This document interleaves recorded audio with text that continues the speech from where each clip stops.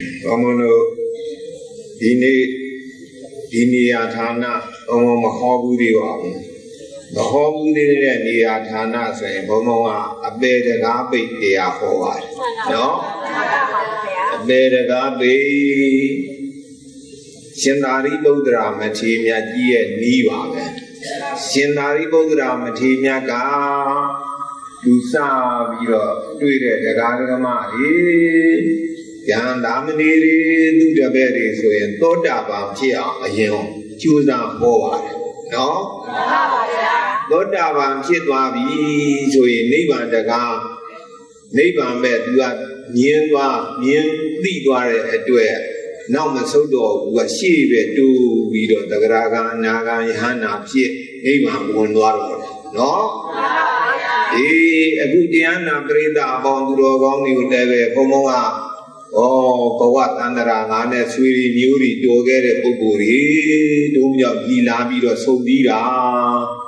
And of course, Sweetie, Nuri, Swing you on me, a duty to Devore and Nature, a good Diana, Breda, Bongo, Pomoa, a better gabi, Sulat, Todava, Chide, they are Hova, eh? They are Bedagabe, Bejazi that there, Aguduri, Pipin Bido, Bodava, Angeza, Chitwame, a Golum Shimanaso, you know, Golum of Chichima, Chime, no? Homongaro, a Golum Shi of Homava, Navimenu, the Chu, Jianing on Jamali, Janabu Leve. Paramiro Chitwabi, no? A better gabi on Jinsen. We don't even the Gramyama, Diva, Suade. A better gabi on Jinsen, Benabaro. Dinama and Dina, we don't Dina Sinje Diame, Dinama Barero. Dina, we don't be Dina, a gin, Dina, we don't be a Sinje Jim, no? Dina Sinje Jim, Ninama and Nina, say down, we don't be say Sinje Diame, Ninamaga Barelo. Say down, we don't be say Sinje Dia. No? Tonama, Dati, we don't be a using Jayame, Tonamaga Vare. Dati, we don't be a using Jaya. Linama, Kinka, Widerana, we don't be Kinka Sura, Yumat and the Ya. Widerana Sura, Lomia, Vido, no? We don't be Sinja, we see Kaisama, Sinja, Kinka, Widerana, we don't be Yumat and the Lomia, we see Kaisama, Sinja, Hogla. I don't we don't even a marching. Daniel, Dinama, Dila, we don't be Ninama, Seda, we don't be Lonama, Dati, we don't be Linama, Kinka, Widerana, we don't be Hogla. Eh, we don't be Leva, Jinsen, they are Jenuchi. Ibogudi, Sula Todava, Angega Chipiro, Berega, Big, Tomudo. We don't even Nagaraji, Fonman, no? We don't even Nagara, Fone, a dime, Pomoa, Villa, Widow D, Villa, Sinje, who Nava Villa, Yubi Javi Boda. Nava Villa, you be there, Lumia, Luponia, Abu, Nava Villa, so Villa, Widow D, Villa, Sinje, no? Villa, Sinje, Maju, Mabau, Majam, Mapiao, Song Shout, Maju, Suraga, a Charlie, a Villa, yea, Jure, call it. Jure, so there, little call it. Lunia, Enya, ဘုံဘုံတို့ဝတ်တဲ့သင်္ကန်းများနှကန်းလေးရာစုပ်သွားတတ်တယ်နော်အဲ့လိုနှကန်းစုပ်လို့ရှိရင်ကျိုးတဲ့သီလခေါ်တယ်ဥပမာအားဖြင့်ပါဏာတိပါဒဆိုတာအဆုံးကဘယ်လိုလို့သူရာမေရယနိစ္စပမာဒအဲ့ဒီပါဏာတိပါဒနဲ့နောက်ဆုံးသူရာမေရယကျိုးပြက်သွားရင်ဒါကျိုးတဲ့သီလလို့သီလမကျိုးစီရဘူးနော်အေးမကျိုးမပေါက်အလေကောင်ကသီလလေးပြက်သွားရင်ပေါက်တဲ့သီလခေါ်တယ်အင်ကြီးတွေလုံကြီးတွေမိလောင်ပေါက်တယ်လို့ရှိတယ်မဟုတ်လားအေးအဲ့ဒါလိုပဲ၅ပါးသီလအလေကောင်ကသီလဆိုဘယ်လိုလို့ကာမေတုမိစ္ဆာသာရာဟုတ်လားအေးကာမေတုမိစ္ဆာသာရာကျိုးလို့ရှိရင်ဒါပေါက်တဲ့သီလလို့ခေါ်တယ်နော်မကျိုးစီရဘူးမပေါက်စီရဘူးပြီးတော့မကြားမပြောင်းတဲ့မကြားတယ်ဆိုတာကနှစ်ခုသုံးခုဇက်တိုက်ပြက်လို့ရှိရင်ကြားတဲ့သီလခေါ်တယ်။နှကြားကြီးတွေ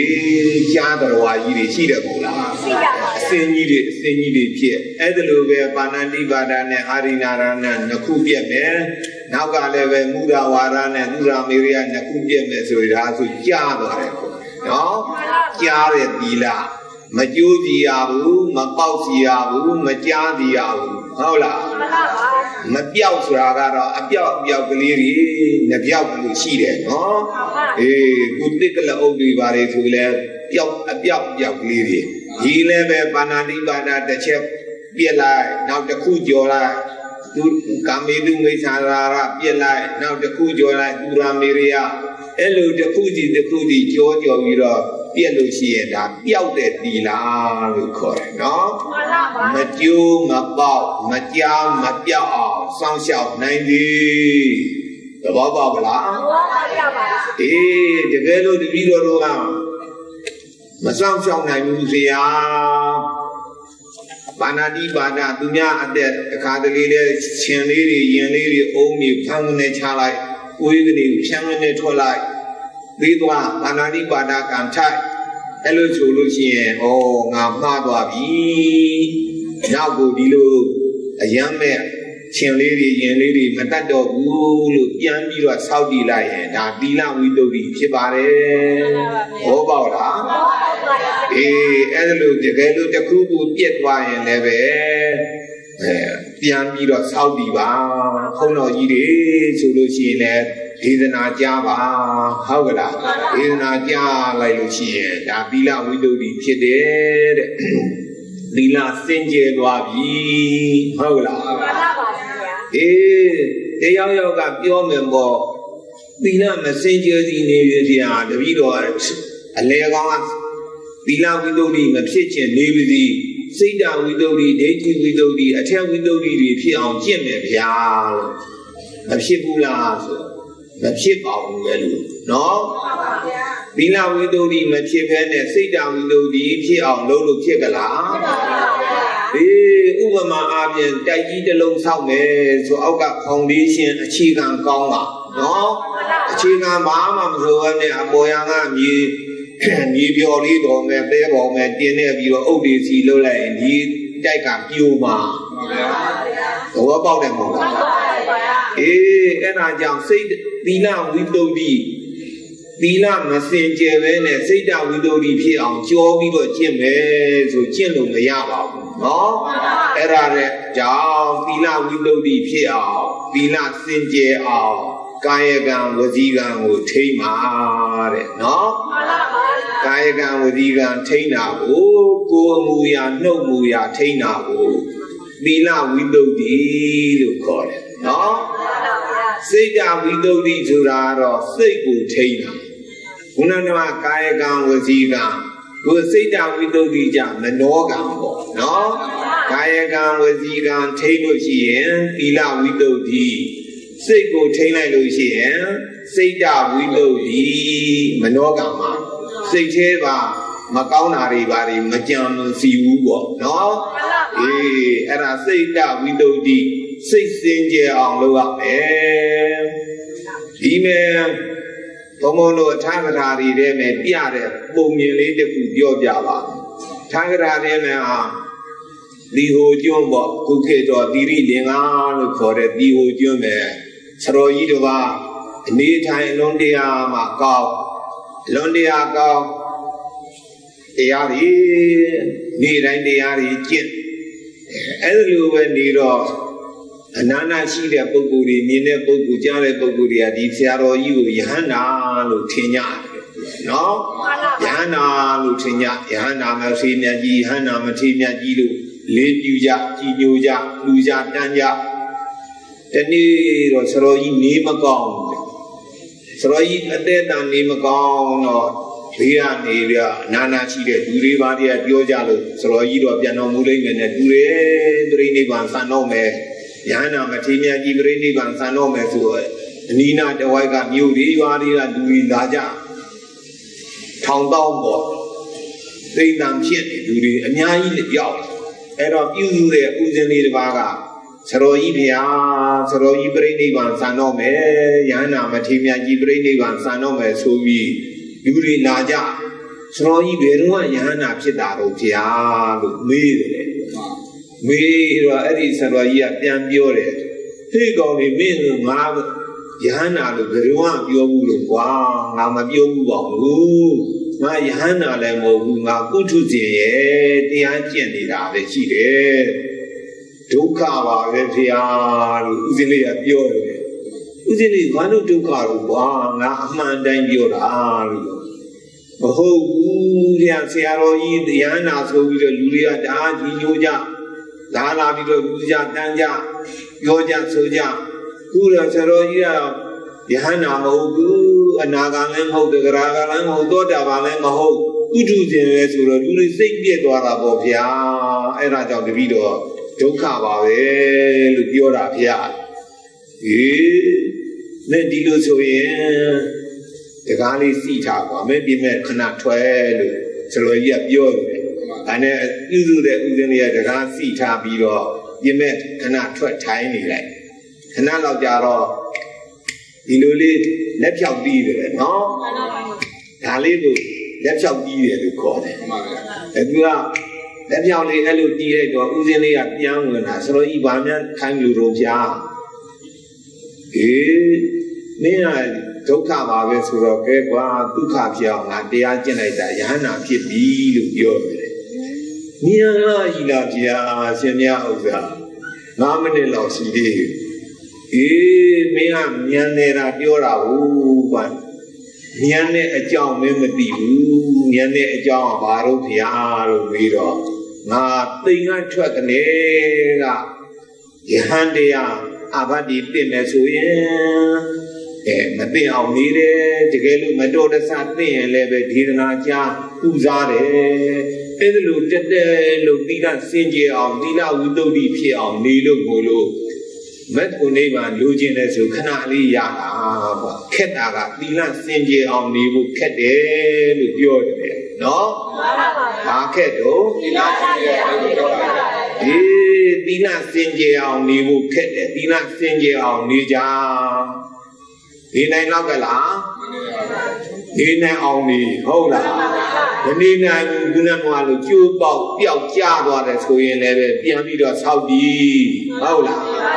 ပြန်ဆောက်တည်တဲ့အခါနဲ့ကိုယ့်ဟာကိုယ်ဘုရားရှိသွားဆောက်တည်လေရပါတယ်ဘုရားရှိမသွားဘဲနဲ့စိတ်ထဲတင်ပြန်ဆောက်တည်လိုက်လေရပါတယ်နော်နောက်မဲ့မဖြစ်အောင်နေနိုင်မှုအရေးကြီးတယ်အဲ့ဒါဆိုရင်သီလဝိတ္တုသီလစင်ကြယ်တဲ့စခန်းပြီးပြီ။ဘာပြီးဘလို့သီလစင်ကြယ်တဲ့စခန်းပြီးပါဗျာ။သီလစင်ကြယ်တဲ့စခန်းမိနစ်20ကြာတော့80အောင်မှဖြစ်မယ်နော်။သီလဝိတ္တုဖြစ်တော့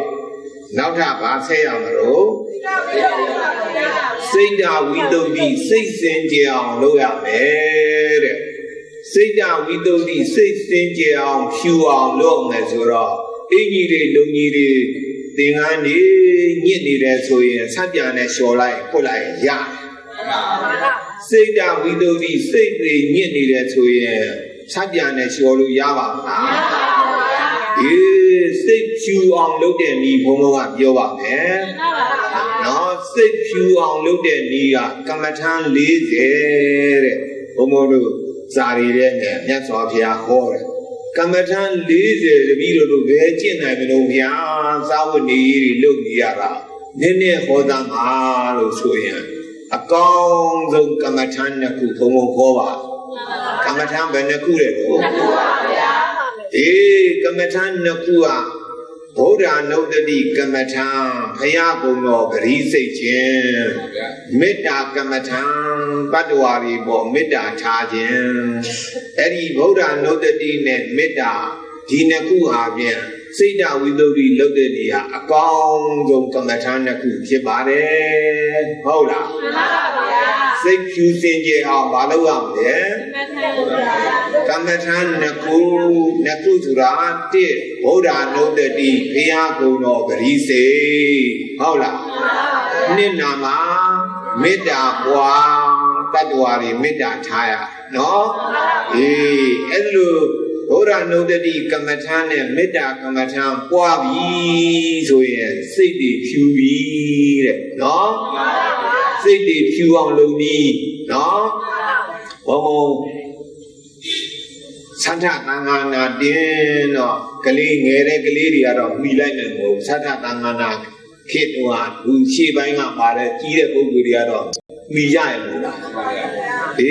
သတ္ထသံဃာနာတင်းတော့နှစ်ပေါင်း2500ဘုရားပြိဋိဘံစံပြီးတဲ့နောက်နှစ်ပေါင်း2500တင်တာကိုအဲ့ဒီမဲ့6ကြိမ်မြောက်လို့သတ္ထသံဃာယနာဆိုတာတန်လေးကပေါင်းယုံပြီးတော့ဂာယနာရွတ်ဆိုခြင်းဘုရားပါဠိတော်တွေကိုပေါင်းပြီးတော့ရွတ်ဆိုအဲ့ဒါကိုသံဃာယနာလို့ခေါ်တယ်6ကြိမ်မြောက်နှစ်ပေါင်း2500မှာ6ကြိမ်ပဲရှိတယ်နော်2500ကိုတီ6နဲ့စားလိုက်ရင်ဘယ်လောက်ထွက်တော့6နဲ့စားလိုက်ရင်6 4ပြီဟုတ်လား400နှစ်ပေါင်း400ကျော်မှတစ်ကြိမ်ဖြစ်တယ်နော်သံဃာယနာတင်တာဟာနှစ်ပေါင်း400မှတစ်ကြိမ်နှစ်ပေါင်း400လောက်မှတစ်ကြိမ်ကျုံကြိုက်ခဲ့တယ်ဆိုပြီးတော့ဘုံဘုံကမန္တလေးကနေပြီးတော့ဒီရန်ကုန်လာသံဃာနာပွဲ9နှစ်ပွဲကြာတာကိုအစအဆုံးလုပ်ပါတယ်နော်အစအဆုံးကကျုံကြိုက်ခဲ့တဲ့ကုသိုလ်ယူမယ်ဆိုပြီးတော့လုပ်အဲ့ဒါလိုလုပ်တဲ့အတွက်အစိုးရကဂုဏ်ပြုတဲ့အနေပြန်မိသားလက်မှာမိဘမောလက်မှာအခမဲ့စီးတဲ့ free bus ပေးပါတယ်လှူတယ်နော်အဲ့ဒါနဲ့ဘုံဘုံကသံဃာနာပြီးပြီငါတက်ကျင်တဲ့သံဃာနာအကုန်လုံးပြီးပြီအစဆုံးပြီးပြီပြန်တော့မယ်ဆိုပြီးတော့မိသား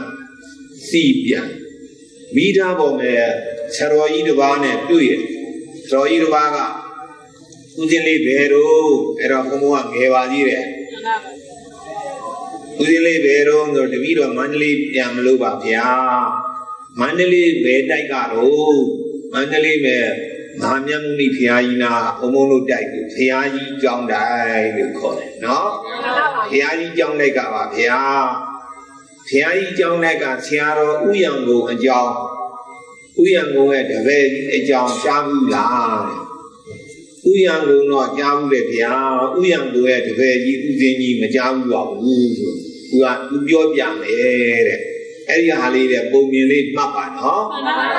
အဲ့ဒီပုံမြင်လေးသဘောပေါက်သွားလိုက်လို့ရှိရင်စိတ်တဝိသုဒ္ဓိဘယ်လိုလုပ်ရလဲဆိုတာသဘောပေါက်သွားပါလိမ့်အဲ့ဒီဥယျံကိုဆိုတာကလည်းပဲအလွန်တရာမှစာလဲတတ်တီလေကောက်အဲ့ဆိုတော့တပါပါပဲဥယျံကုန်ဆိုပေမဲ့လို့ရန်ကုန်သားတော့မဟုတ်ဒီနားလေးမဲ့တိုးကြောင်လေးတိုးကြောင်ကြီးဆိုတဲ့ရွာနေပါရှိရဘူးလားရပါပါဗျာအေးတိုးကြောင်ကြီးတာသူကဟောလောက်ကလေးအသက်9နှစ်သားအရွယ်နဲ့ကမန္တလေးရောက်လာမောင်ကျောင်းသားလေးဘယ်ဟာတော့ရန်ကုန်ကပါသူကနည်းနည်းကြွားပြောလိုက်တော့တကယ်ကတော့တိုးကြောင်ကြီးတော့မောင်ရန်ကုန်လို့သူခေါ်ကြနောက်ကိုရင်လေးဝက်ကိုရင်လေးဘယ်ဟာတော့ရန်ကုန်ကပါကိုရင်ရန်ကုန်နဲ့ခေါ်ကြနောက်ဦးစင်းဝက်ဦးစင်းရန်ကုန်လို့ခေါ်ကြနောက်ကျောင်းနိုင်ဘုန်းကြီးဖြစ်ဘုန်းကြီးရန်ကုန်နောက်ဘုရားကြီးတိုက် Nanga long the town Yoshi, educate one, Nanga Yamananga, and Yado John that you go. Every John that you miss, Roi Pit, every Uyangua. Uyangua, that you let alone go, that you come with the Kubio. Guru John name, now we don't sleep hard on me, meet up and Oga Kenneth, only sleep hard on. Every the Livado only Dacha, Kari in Lacha. Who call you a look out of what? Meet up, Paulu, meet up, Nanga Paulu up here. But young near Piapo to the people know what, young me Piaco Mapo. Tell me my piano. You're me out, chat my job. Yaja, don't call their video, go no Uzini, Guinea, Rivado, Media, Gobi, Taggy, may not like. Now the day larger, Rivado, we. Gapiam you who are looking Maria Chanya, Yaja, don't call you a trump like. The corner of Gido, Sa Pienanti, Edward English being Ocho. Pienanti, Messari, Dinamo, Vilu, Unidua, Council Mido, Rivado, that be met from the Pied. Illuso, Eddie Council Kuro, Tapu Yagido, Polai, Pienana, maybe English being Maybe like the Siano Uyango, Tabu Yai, Live Nida Yagi, Bulai. At all being a Sigian Siari call, forever your Caddy Double, you kidney the Giran, Sigian Siari at your being a many, he got you me young. No, he got you me young, not so many Okomo, the big no. Sure like that, give me a lamp of bar of your honor. Tiai died of how she ever need your papa. And I mean, the Mandri Yaka did not any copy of Uyam that people. No, and don't the Amatati come. There is a year, a car or two young needed Udeni song and Yana. Hey, Udeni Ladam in the way Tabiadam. Labia. In the way there is only a nearly wow. Sana Jugli Lati. Here the Milda, Sabione, Chimawagli, Siamaba, Ilum, Memawa, Lubio. We don't mandate out that don't you are the Kama Sonia Wang Yabu of Ya. Doro Bunga Nere Kuroibe, Gidan, Ataga Me, Yoga Su, Chapamaga Pali. You never take my Fia, we go. We in the lockdown. Solely Soyali Nene to Pasa. Yare Udini Guinea down Sava Pia. Eh, men Bawat and Radana Negel, and you eat it. Don't eat any women, Jumala. Simon, you are Nepia, we are who are eating it all. And then la, the veg or ila, hey, the Jamo Koda, Sabri the Gong Beard. Yo, or is Sabri men, a fine baby, many Sabri and the Nebu, Baris Seva say, Iana. Neither Sananaida, Baris Seva say, Nya Ia and Seva say, the Nebu, Riba, don't say, wow, the neighbor Riba, but I'll say, Menakengo, Seva, Nilego, Nya Iawe, Seva, Sing, Maka Sing, the video, Tinisa. There, Tommy, David Nedusia, Seva Kapani, say, oh, me, your Yamani, oh, Arahang, so good, Tabasi, member here, oh. Diane Shilonchi, Ria and Lochio, on the shipway, Oda said, Yaragola, a dear shipway, Pia Selecana, Tayman in it, Riva, Diane Shilo, no? I know Diane Shilo, Riva Arahane, the Basi, now Tamadamudo, the Basi. Wizarana Tambano, Devase, သူကတော်ဆိုပြီးတော့တပတ်စိတ်ပြီးတော့လောကဝိတုဆိုတပတ်စိတ်ပြီးတော့အနုတ္တရောဆိုပြီးတော့တပတ်စိတ်ပြီးတော့မှပုရိသဓမ္မသာရတိတပတ်စိတ်ပြီးတော့တထာဒေဝမနုဿာနံတပတ်စိတ်ပြီးတော့ဘုဒ္ဓဆိုပြီးတော့တပတ်စိတ်နောက်ဘဂဝါဆိုပြီးတော့တပတ်စိတ်ဘုရားကုံတော်10ပါးတပတ်နဲ့10ပါးစိတ်ွာလို့ပြောတယ်စိတ်ပါမယ်ဗျာဒီနေ့ကိုစိတ်ပါတပြီးတော့ဒါပေမဲ့လို့ဘုရားကုံတော်9ပါးမဟုတ်လားဗျာအရှင်မြတ်10ပါးလားလို့မေးတယ်ကွာအေးကွာမင်းမှတ်ထားဘုရားကုံတော်10ပါးဝိသုဒ္ဓိမဲ့တဂရာကြီးလည်း10ပါးပဲဖွင့်တယ်ကွာပါရဇိကအထဂရာကြီးလည်းပဲအတူတူပဲ10ပါးပဲဖွင့်တယ်ဘုရားကုံတော်10ပါးရေးကြည့်လိုက်ပါဦးအရဟံသမ္မာသမ္ဗုဒ္ဓောဝိသရဏသမ္ပန္နောသုခတောလောကဝိတုအနုတ္တရောဒီမဲ့အနုတ္တရောကိုလက်တချိုးတာနော်အနုတ္တရောပုရိသဓမ္မသာရတိတထာဒေဝအနုဿာနံဘုဒ္ဓဘဂဝါ10ပါးသိရမလားသိပါပါဗျာအေးဘုရားကုံတော်10ပါးဇဂတာကြီးနဲ့ဆောင်လုံးဖွင့်တယ်မှတ်ထားပြီးတော့9ပါးဆိုတာကတော့ဒုတိယနီးတချို့ကကဏ္ဍမယ်ကောက်လိုက်လို့ရှိရင်9ကဏ္ဍမှာအကြီးဆုံးကိုအကြီးဆုံးဖြစ်အောင်ဆိုပြီးတော့အနုတ္တရောနဲ့ပုရိသဓမ္မသာရတိ2ပါးပေါင်းလိုက်ရင်တော့ဘုရားကုံတော်9ပါးဖြစ်တယ်ဟုတ်ကလားဘုရားကုံတော်အမှန်ကဘယ်နှပါတော့အေး10ပါးဘုရားကုံတော်10ပါးပရိစိတ်ွာလို့ပြောတော့ဓမ္မဗျာတပည့်တော်ဒီနေ့စိတ်ပါမယ်ဗျာနေ့လေ7နာရီကစမယ်ဗျာစိတ်ညာအေယာဝင်စိတ်မနေ့ခင်အေယာဒ10ပါးစိတ်ပြီးတော့တပိတ်ကလေးတုတ်မန္တလေးကြတော့ခတ်စောဆုံးခံကြအဲ့ဒီလိုနဲ့သွားတော့ဆရာတော်ကြီးဥယျာဉ်ဘုရားတပည့်စီလဲဟေးဘုံသကြီးလာအောင်နင်ညပရိစိတ်ကလားစိတ်ပါတယ်ဗျာမနေ့ကနေ့လေ10ပါးညအေယာဝင်10ပါးအခုမနေ့အေယာဒတပြီးတော့10ပါးစိတ်ပြီးပြီဗျာဆုံးခံသွားမလို့ပါလို့ပြောတယ်အေးဟုတ်ပြီဒါပေမဲ့လို့တခုကြံသွားလို့ကွာဓမ္မဗျာမရှိပါဆုံးခံသွားတဲ့အခါမဲမေတ္တာတုတ်ရွတ်သွားရတယ်ဘာတုတ်ရွတ်တာအေးမေတ္တာတုတ်ရွတ်သွားမေတ္တာတုတ်မရွတ်ဘူးဆိုရင်တွေ့တဲ့တော်ရီခွေတွေ့ကြက်တွေ့ငှက်တွေ့စာလေးတွေ့ကြီးကန်းတွေ့ရှိသမျှတော်ရီကျမ်းမာပါသည်ချမ်းသာပါသည်လို့အဲ့လိုမေတ္တာပို့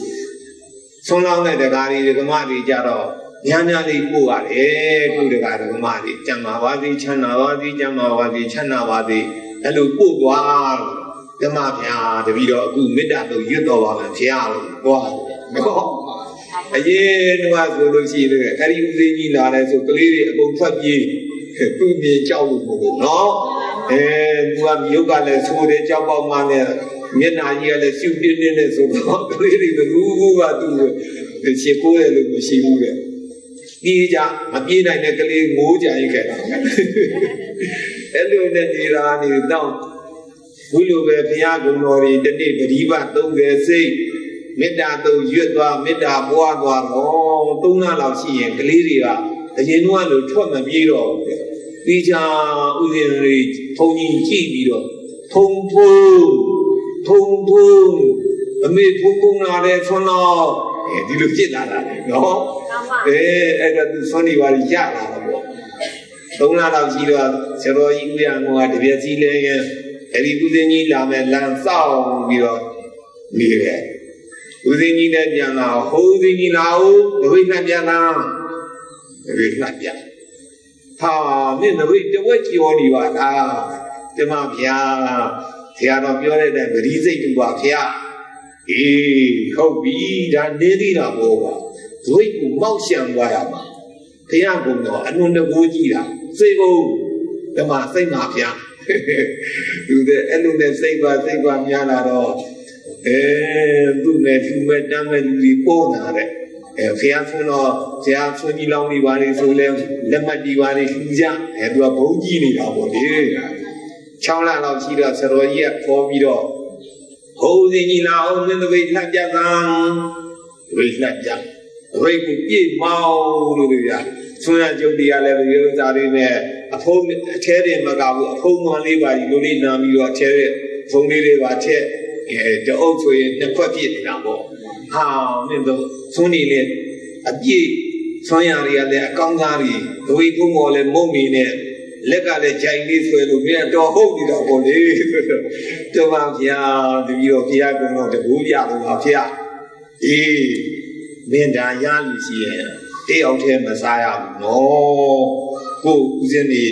ကိုရနေဆိုတာညီတွေအကူတွေလူသားတွေသမီးတွေလူအောင်မေးရတယ်မေတ္တာပွားရတယ်အတူဝေးငါသာတော်လို့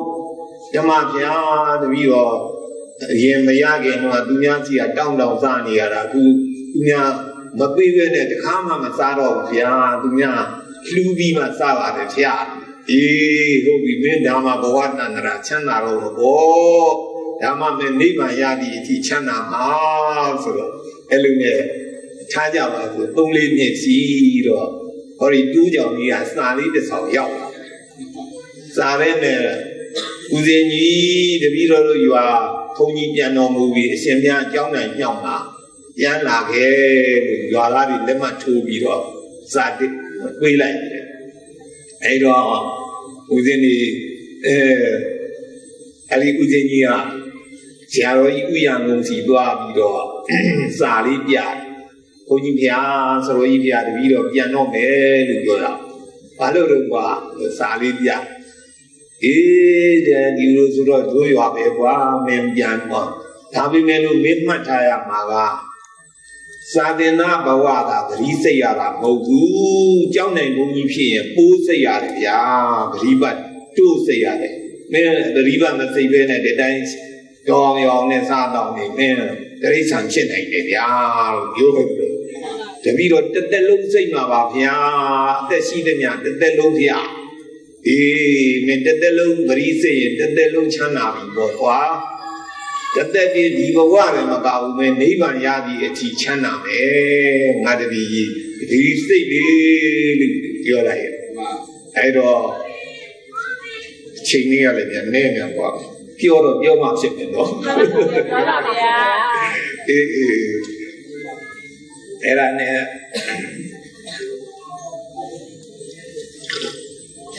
အဒီဦးဇင်းကြီးပြန်လာမန္တလေးကဘုံဘုံတို့ငယ်ငယ်လောက်ဒီမှာပေါ့အင်္ဂလိပ်ခေတ်အဲ့ဒီတော့မန္တလေးရန်ကုန်ဆိုရက်မှန်ပင်ပေါ်လို့ရှိတယ်9 ရက်ကြာမန္တလေးကနေစုံသွားလိုက်ညညာလောက်ဆိုတင်ညာအေးညညာလောက်ကနေစုံပြီးတော့ဒါကငေါဦးတို့ဗကံတို့လောက်ဆိုတင်ညာအေးမကွေးတို့တင်ညာအေးနဲ့အဲ့လိုနဲ့9 ရက်စီမှရန်ကုန်ရောက်တယ်အဲ့ဒီတင်မော်ကြီးစီးပြီးတော့ဦးစင်ကြီးပြန်လာ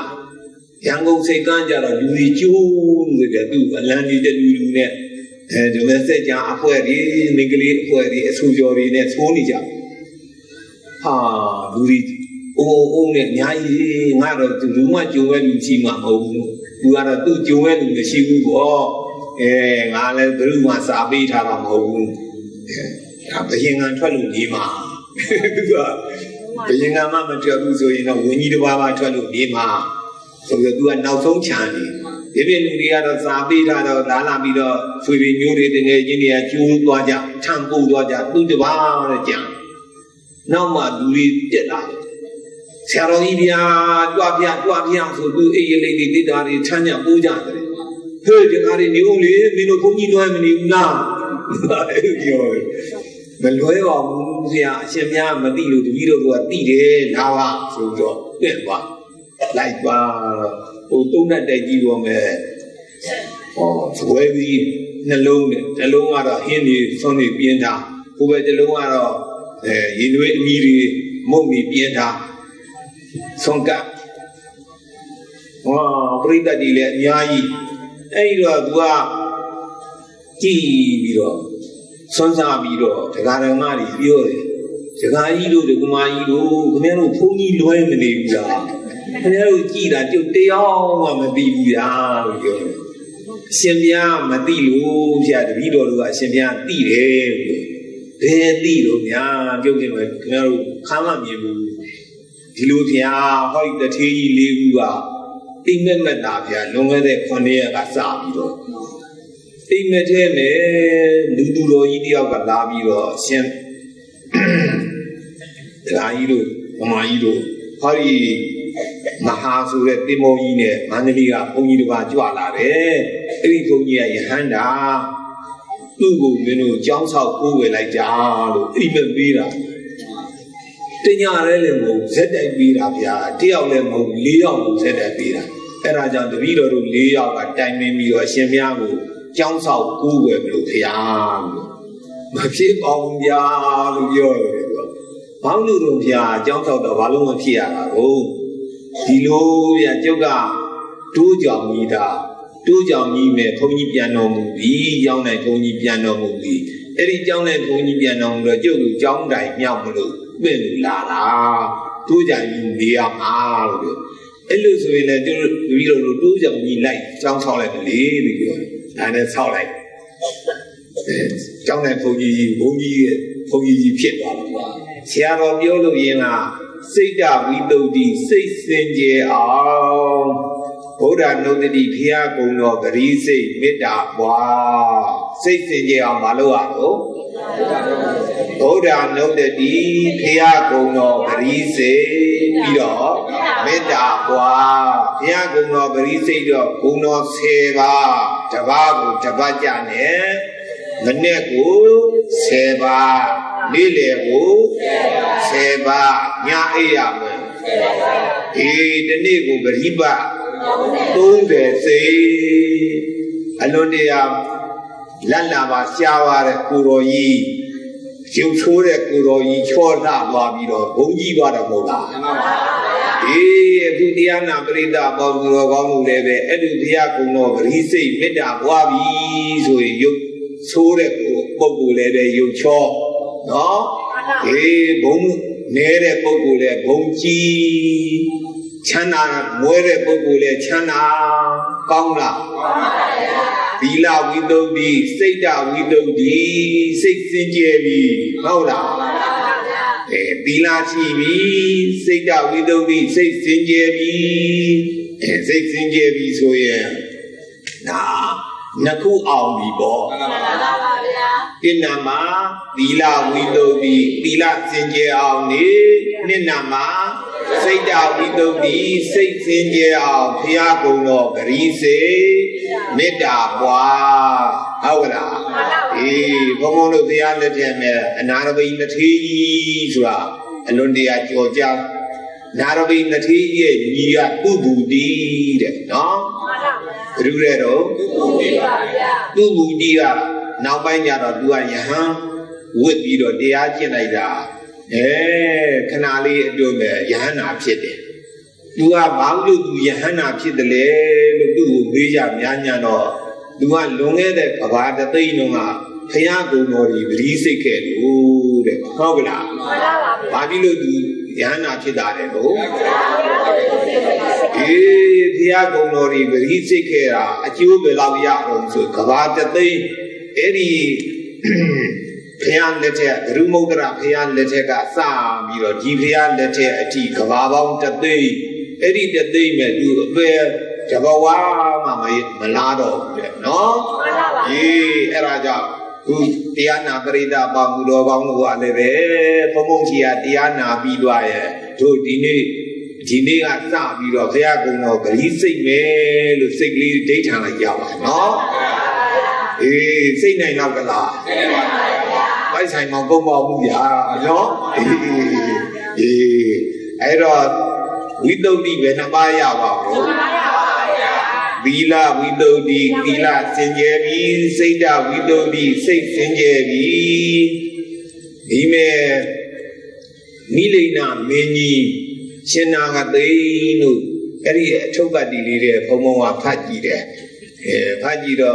Milena, so that Kayenia, Chena. ထားတတ်ဒီခြေတီတတ်ဒီစစ်တတ်ဒီနဲ့ဆင်းသွားတော့ဒီရီကနောက်ကြည့်သွားတာပေါ့ဟိုဘက်မြစ်ချောင်းလေးဟိုဘက်ကန်းရောက်မှသူကရေစားတာ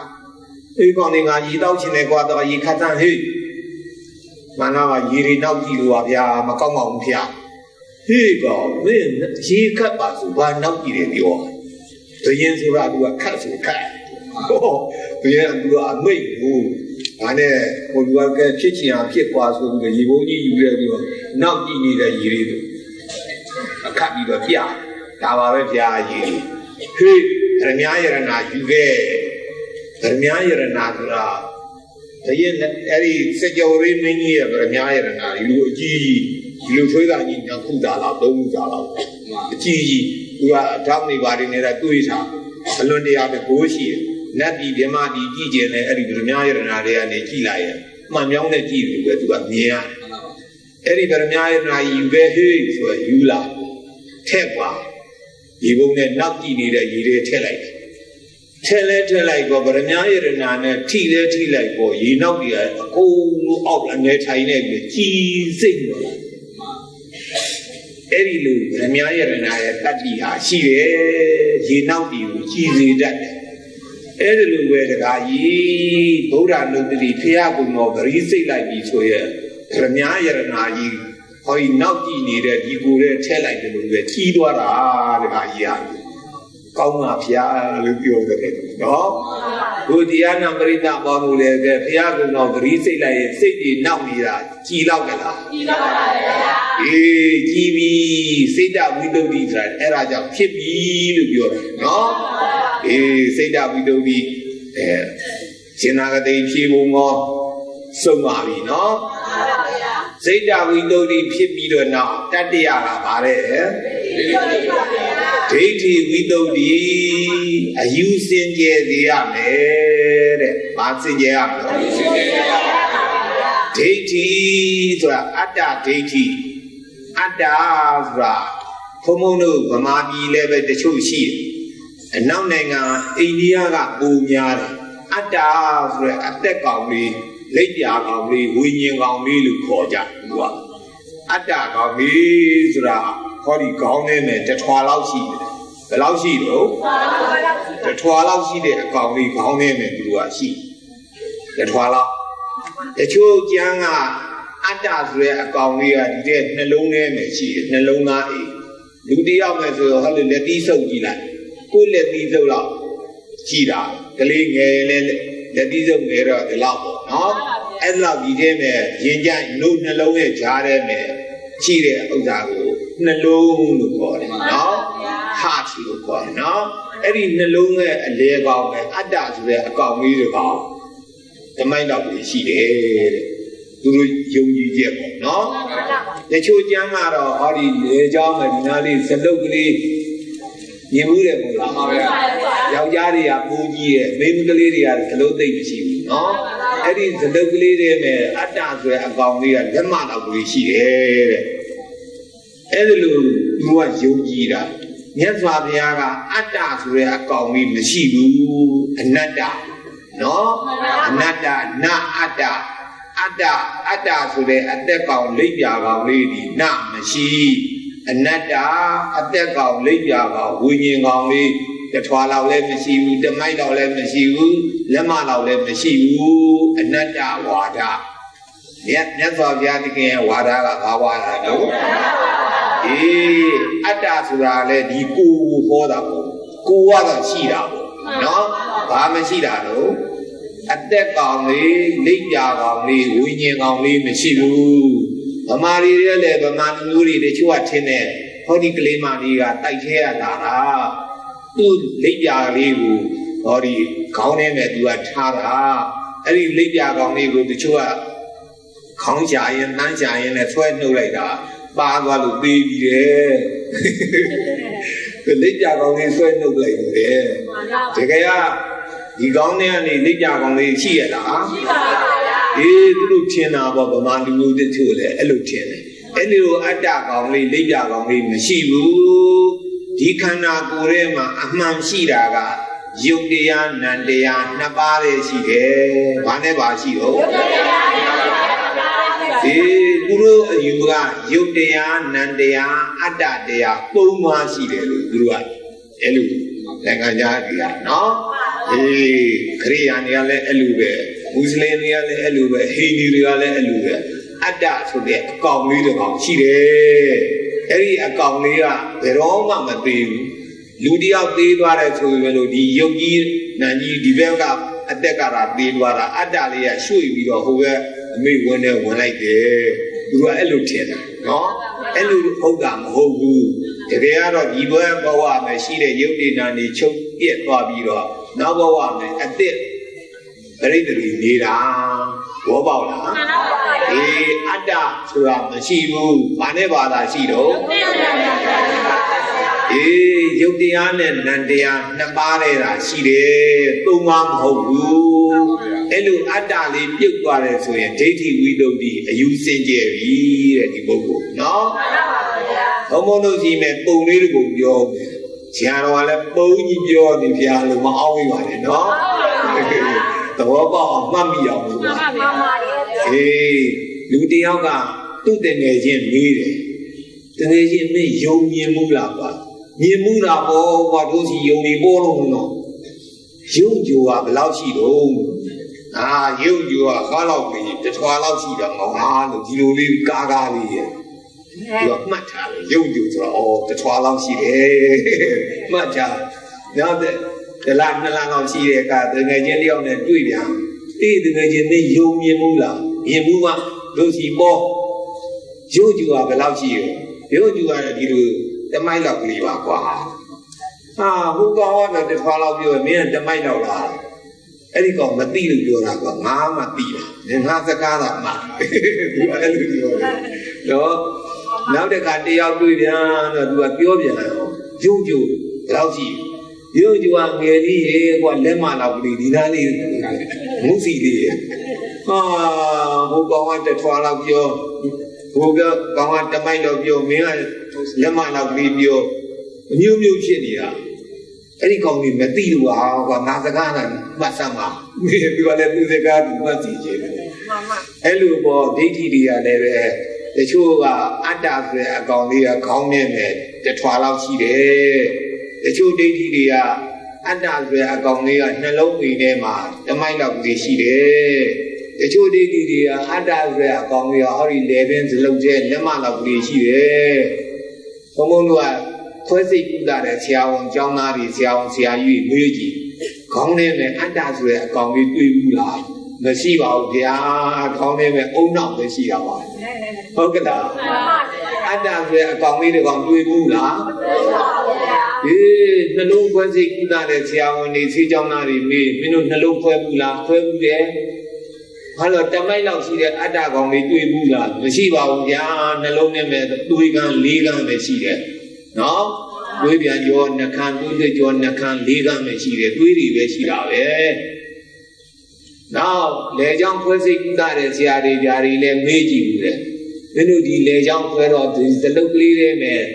Lemon of Ada for me, 2 Bulas, Machine Yada, you will be very well. The Ludo, but do you that Tawa and Shilula, Machilula? Mashilu, the Wababi, no?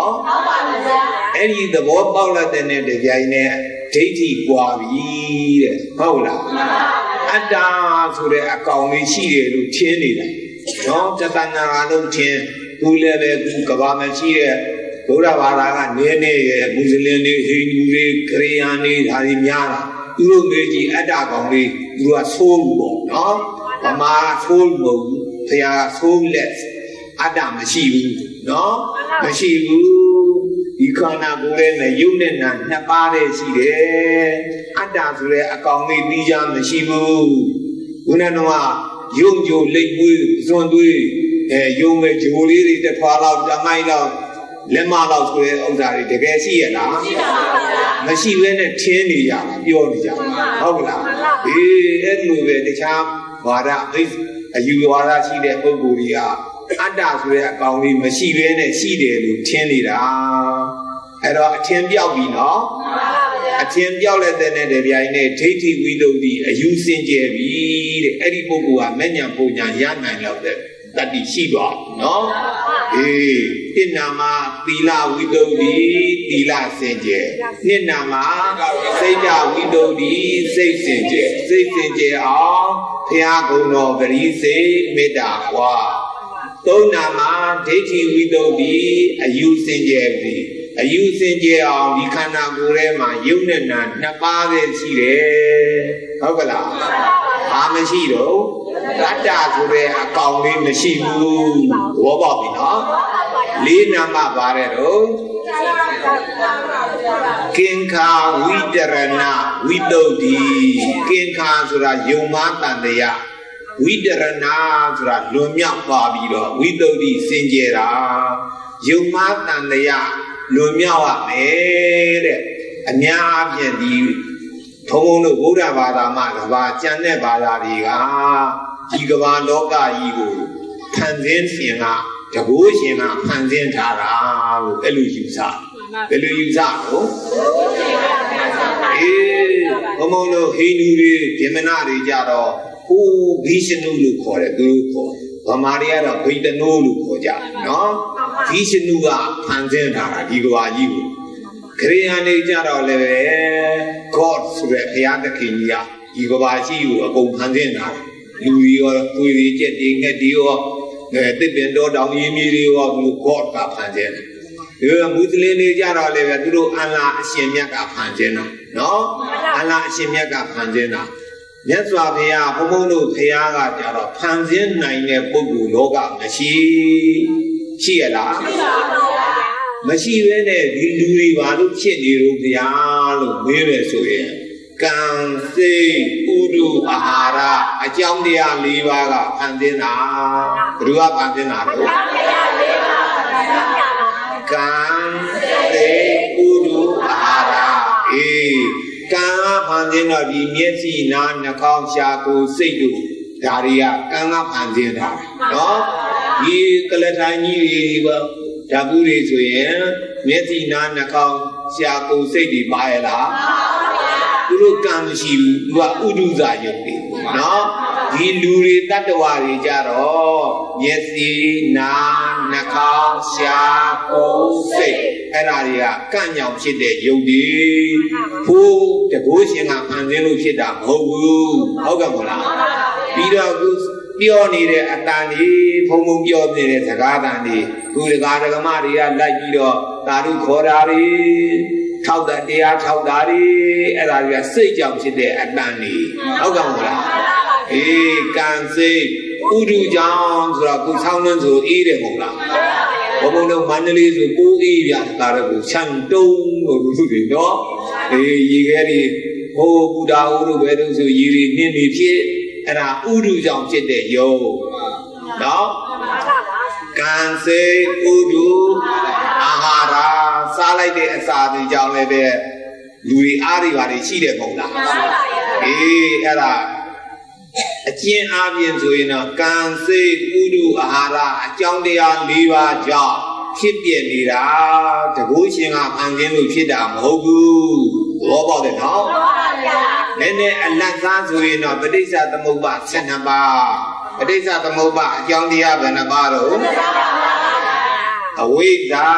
သင်္ခါရဝိညာဉ်နာယုအလယနာဖတ္တဝေဒနာတဏဥပါဒံဘဝဇာတိသရမရဏ12ပါးအကြောင်းတရား12ပါးကြောင့်အကျိုးတရား12ပါးဖြစ်ပြနေတာဘောပေါက်တယ်နော်